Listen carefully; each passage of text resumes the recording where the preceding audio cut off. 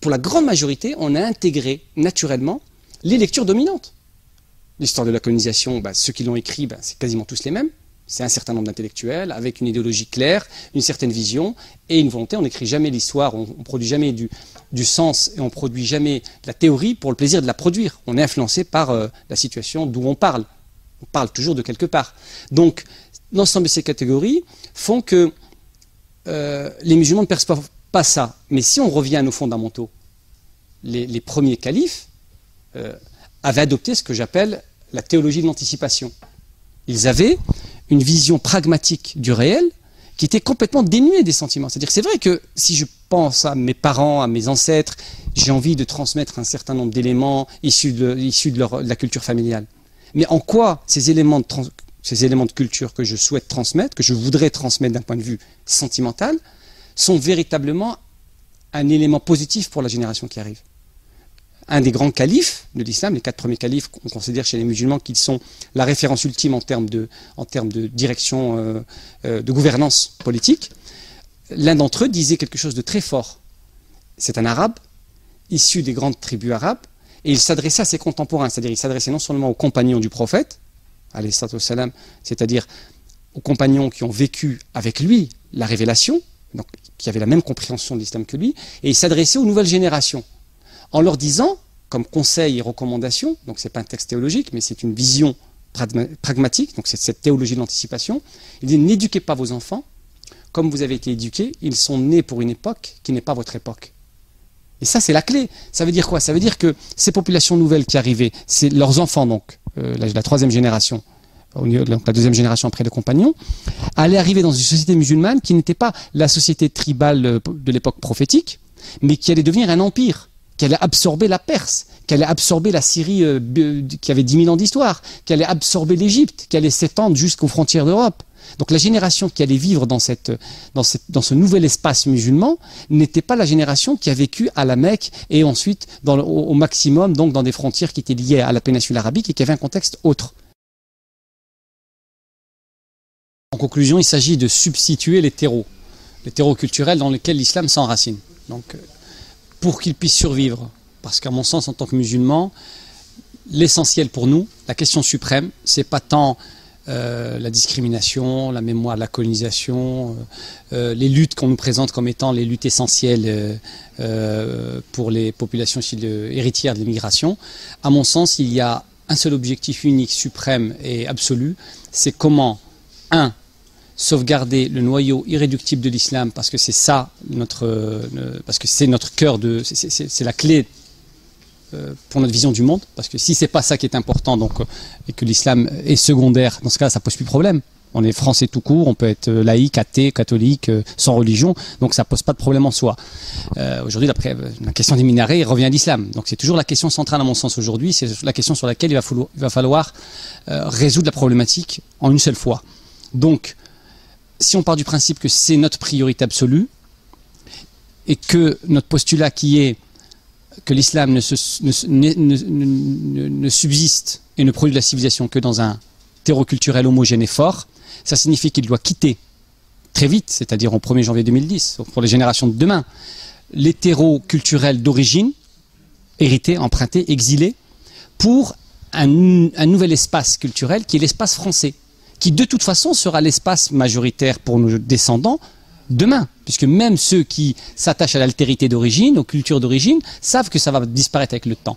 Donc autant provoquer rapidement les événements, on n'a plus le temps, vu les enjeux qu'il y a derrière, vu ceux qui travaillent à la destruction de ce projet.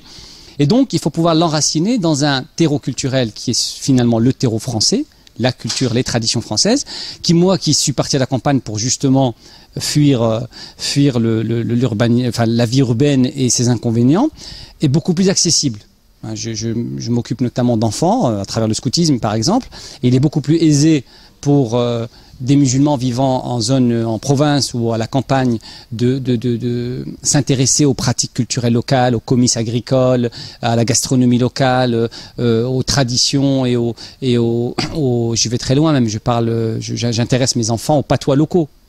Je pense que apprendre un patois local a plus d'importance en termes d'enracinement pour un enfant issu de l'immigration que sauvegarder, et là je sais que ça ne va pas faire plaisir, mais c'est la réalité, que sauvegarder les langues d'origine ou les dialectes d'origine qui ne produisent qu'une mémoire familiale qui se fragilise avec le temps de toute façon, alors qu'un patois enracine réellement.